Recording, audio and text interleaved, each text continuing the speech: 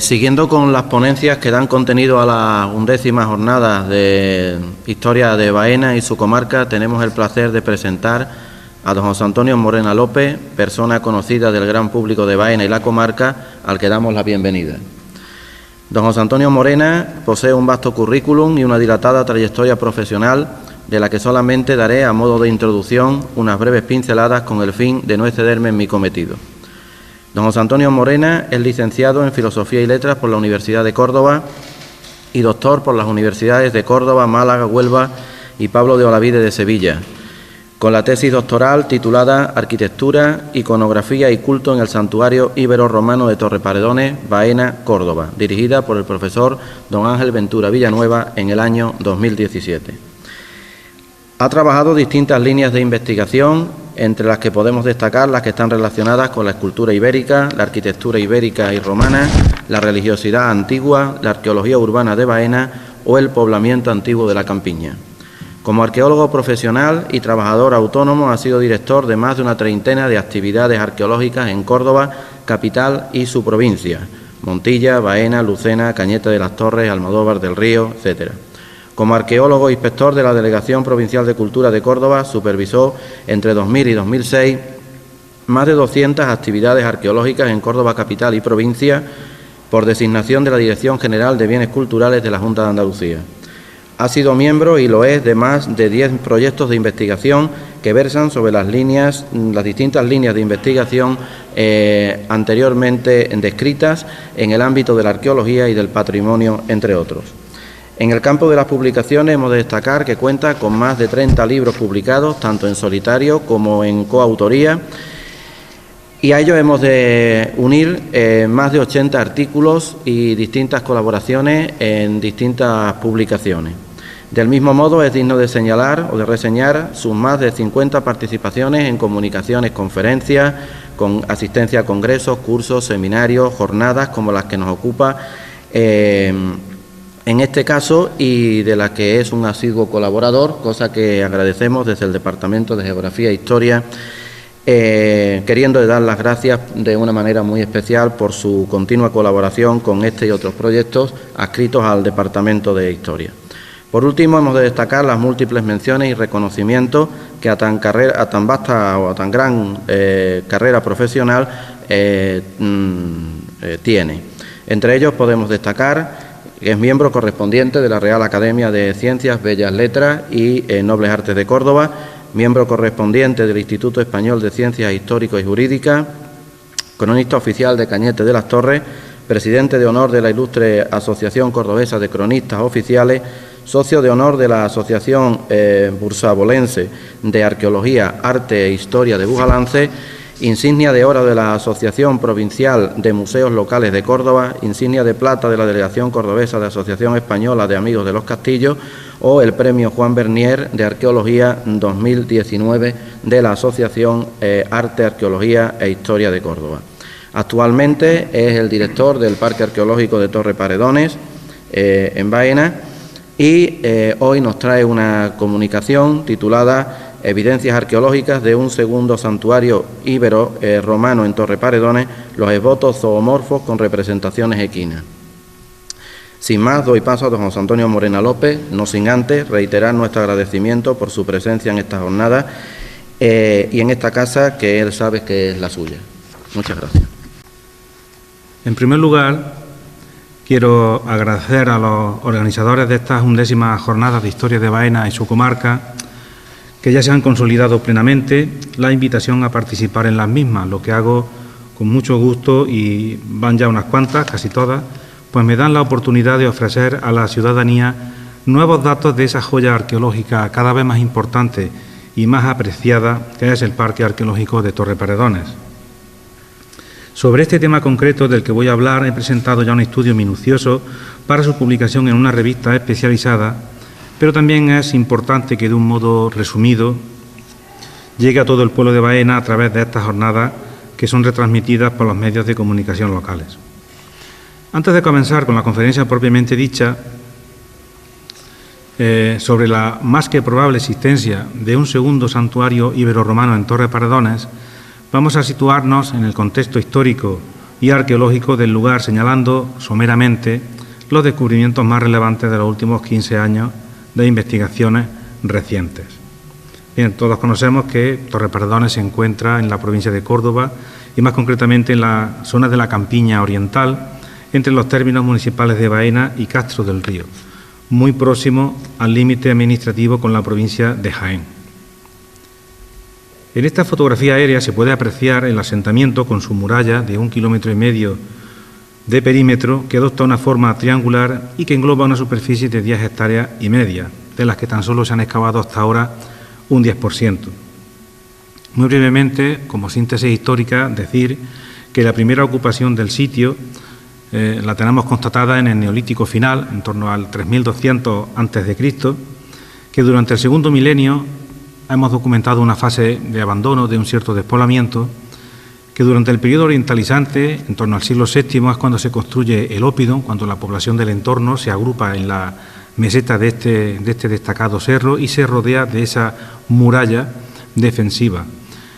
Hay un importante desarrollo en época ibérica, en los siglos IV, III, aunque esta fase todavía no es muy conocida, que asistimos realmente a un auge y un esplendor en época romana, entre el siglo I a.C. y el siglo II después de Cristo, que en el tercero hay un abandono y un expolio, sobre todo de los edificios públicos, que tenemos constatada también una ocupación árabe, que durante la Reconquista cristiana, pues sabemos que se construye el castillo en la parte más alta del asentamiento, a finales del siglo XIII o comienzos del XIV, y que ya en el XVI se produce el abandono definitivo del lugar, aunque en estos momentos está en uso, no sabemos si se construye en este momento o es anterior, la llamada ermita de las Vírgenes, que estaría en uso hasta mediados del siglo XVIII.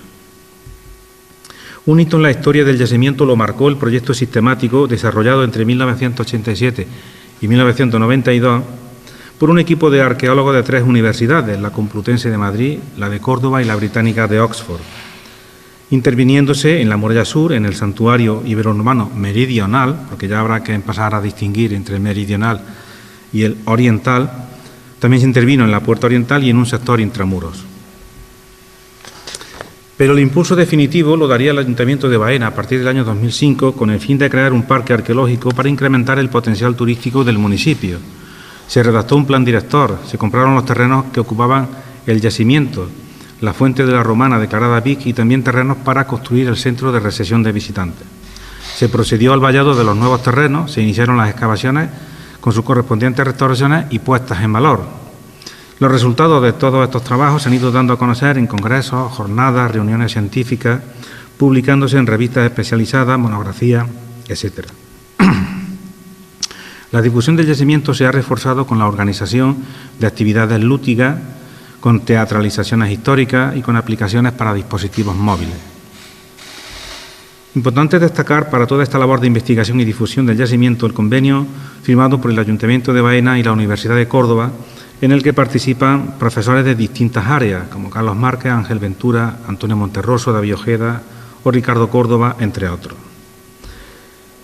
Entre los sectores investigados, destacar simplemente por los siguientes, ¿no? En 2006-2007, la Puerta Oriental y el Santuario. 2007-2008 y 2013, el Castillo Medieval. En 2008, la apropiación geofísica. 2009-2010, un sector intramuros, cuando se excavó parte del decumano máximo, el mercado y la plaza del foro. En 2010-2012, el entorno del foro, donde se documentaron el templo, los pórticos, la curia y la basílica. También la fuente de la Romana y la necrópolis oriental. En 2013 se intervino en la ermita de las Vírgenes. En 2014 el viario occidental. En 2015-2017 la llamada Casa del Panadero, las termas orientales. Y en 2018-2019 el anfiteatro y, por último, la intervención que ha permitido recuperar las piezas que presentamos en esta conferencia en la zona de la necrópolis oriental. Me voy a detener muy brevemente en el santuario extramuros meridional, que pudo ser excavado al completo y definida su planta y fases constructivas, recuperándose un conjunto votivo formado por cientos de figuras antropomorfas y otras de tipo anatómico, así como diverso material cerámico relacionado con las prácticas rituales realizadas allí entre el siglo II a.C. y el siglo II después de Cristo. El edificio mejor conservado y el que se ha puesto en valor y se puede visitar se erigió en la primera mitad del siglo I después de Cristo, siguiendo una planta tripartita de origen semita, con una rampa de acceso, vestíbulo, patio abierto y cella o Santa Santorum. Sabemos que la divinidad adorada en este santuario meridional fue la llamada Dea Caelestis en época romana, como se puede ver a través de una inscripción que hay en la cabecita de uno de estos esbotos. Divinidad que estaba sincretizada también con Juno Lucina y con la diosa de la salud, con Salus. Y sabemos que su imagen era un betilo en forma de columna de casi 3 metros de altura, coronado con un singular capitel foliáceo, que en total se conocen ya pues casi 350 votos procedentes de este santuario meridional, la mayoría de ellos, como vemos aquí, antropomorfos, y que representan sobre todo a mujeres, muchas de ellas embarazadas. Aunque también abundan los llamados votos anatómicos, que representan de manera exclusiva las piernas o los pies, pudiendo tratarse de la pierna derecha, la izquierda o ambas, ¿no? Y que se interpretan como miembros curados. Bien, nos centramos ya en la zona de la necrópolis oriental, que es la zona en la que se han encontrado los esbotos zoomorfos que presentamos en este estudio. Decir que este lugar de enterramiento se conoce relativamente bien porque fue objeto de una excavación en extensión en el año 2011 como paso previo a la construcción del centro de recepción de visitantes. Se definieron 2 grandes fases de uso, la primera datada en época altoimperial, siglos I y II después de Cristo, y la segunda sin solución de continuidad durante el periodo tardorromano, siglos III y IV después de Cristo. Que la mayor parte de las tumbas eran de inhumación en cistas rectangulares excavadas en el terreno geológico y revestidas de lajas de piedra calcarenita.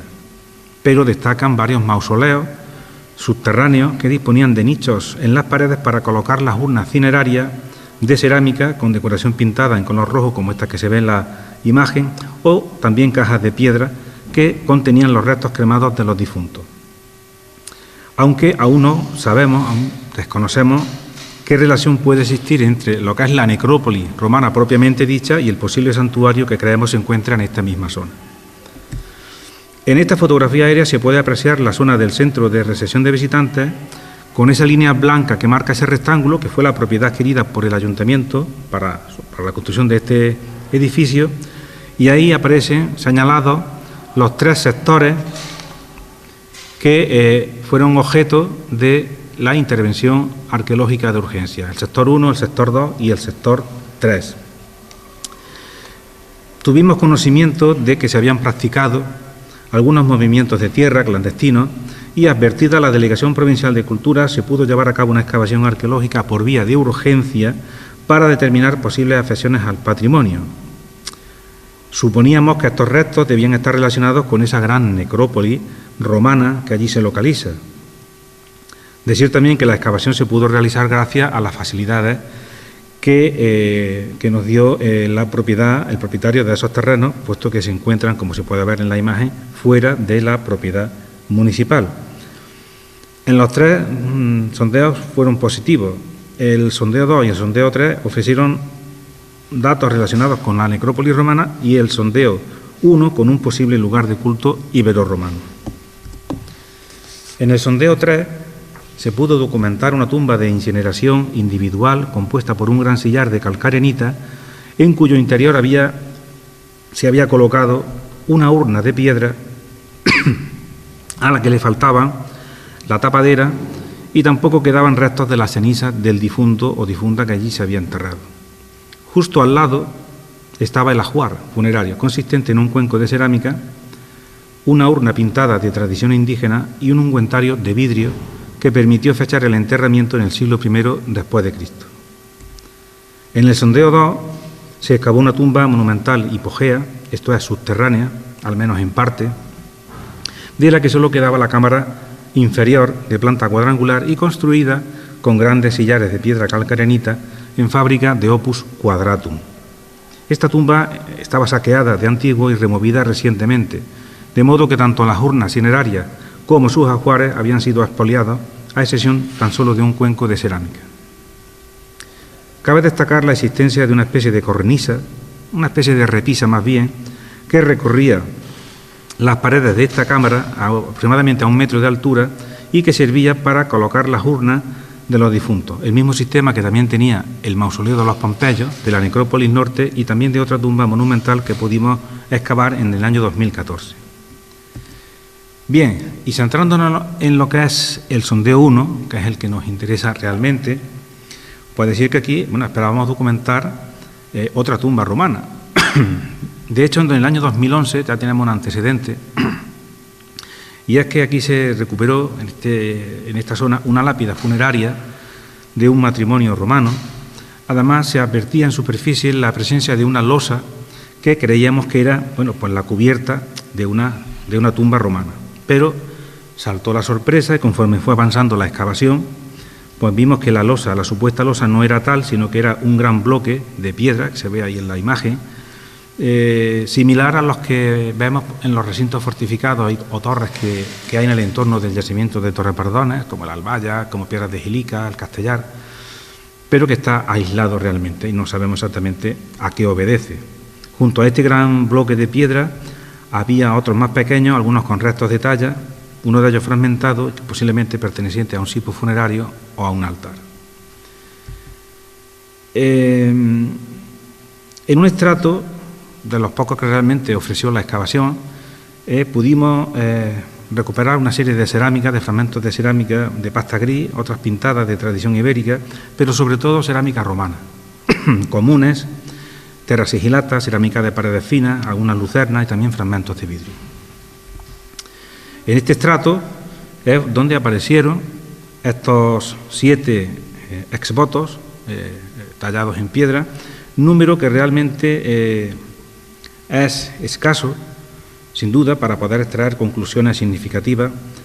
Decir que, bueno, en cualquier caso todos presentan figuras de animales y más concretamente équidos, que están tallados de manera muy esquemática, advirtiéndose cierta diversidad, porque algunos están marchando a la derecha, otros a la izquierda, unos están en relieve, otros grabados.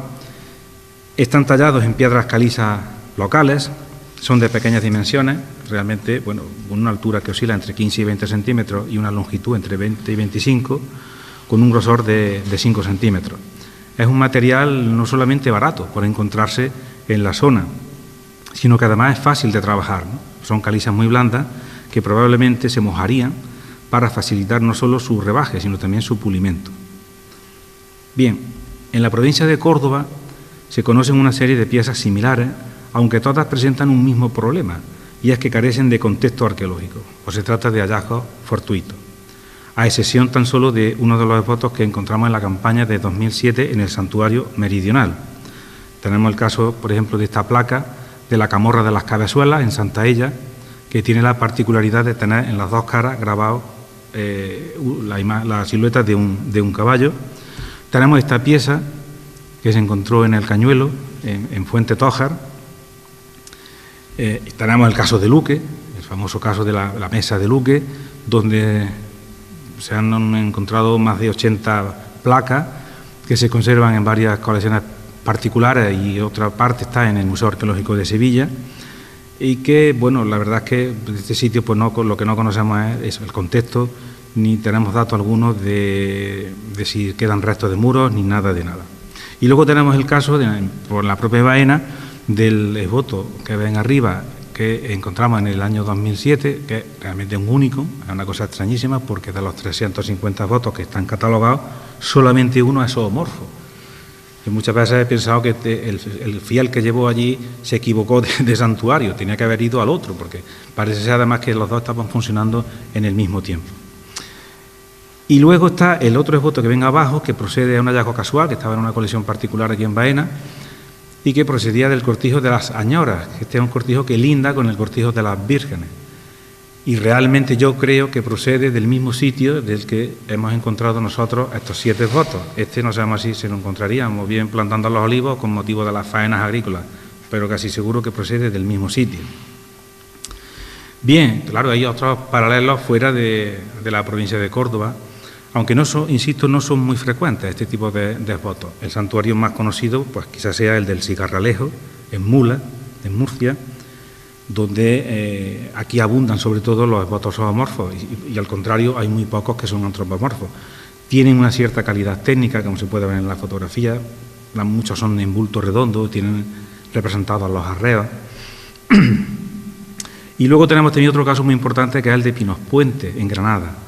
Pero otro caso, el de Cigarralejo, es verdad que se excavaron en los años 50, hace ya 70 años, pero fueron objeto de una excavación arqueológica. Sin embargo, el de Pinos Puente son hallazgos también casuales, encontrados por la gente en superficie. También hay un número bastante elevado. Y aquí muy interesante reseñar el que hay abajo el de la imagen, que tiene una inscripción en latín, con lo cual da una pista para fecharlo, porque el problema que tienen todas estas piezas, la mayoría, como he dicho, son hallazgos fortuitos, pues no hay manera de saber de cuándo son. En este caso tenemos ese dato muy interesante. Los del Cigarralejo parece que son un poquito más antiguos, y los que nosotros hemos encontrado en Torrebaradas, pues los tenemos con cerámica romana del siglo I después de Cristo. Por lo tanto, y visto estos paralelos, decir que las 7 piezas que presentamos corresponden sin duda alguna a esbotos que representan a équidos en general. Algunos son caballos, pero otros pueden ser asnos o mulos. Es muy difícil, dado la talla esquemática, de poder precisar qué tipo de animal es. Y en cualquier caso, recordemos que un esboto, ya sea antropomorfo o anatómico o zoomorfo, es una ofrenda o un regalo que se hacía a la divinidad por un favor recibido y que solía consistir en la curación de una enfermedad, en una buena cosecha, en un parto sin problemas, etc. De manera que estos esbotos zoomorfos serían ofrendados a la divinidad por fieles que buscaban un favor, una gracia para remediar una enfermedad, para conseguir que procrease o lograr un parto exitoso, y se llevarían al santuario una vez que se había cumplido el deseo solicitado. Hay autores que creen que los esbotos zoomorfos podían incluso representar animales enfermos, evidentemente.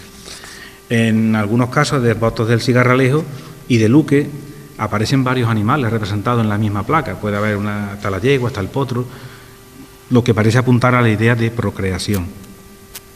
En esta línea podemos considerar uno de los esbotos que es el que aparece en la portada de la presentación, que se ve el animal en movimiento con las patas delanteras muy alargadas y dobladas por las rodillas y con el sexo marcado, ¿no? Podría estar en esta línea, ¿no? De lo que no cabe duda es que el protagonismo que tuvo este animal, el caballo, en la guerra y en los valores ecuestres aristocráticos en la antigüedad, pero también su papel en la economía diaria, ayudando en las labores agrícolas, en el transporte y también en tareas comerciales. La aristocracia ibérica concedía una gran importancia al caballo como elemento de prestigio y que solo podían permitirse muy poco, a ser un animal delicado y caro de mantener, aunque no imprescindible en la vida diaria, porque el mulo o el asno cumplen mejor la mayor parte de lo que son las actividades de la economía doméstica, porque son menos delicados, son más sufridos, más dóciles y a veces más resistentes que el caballo.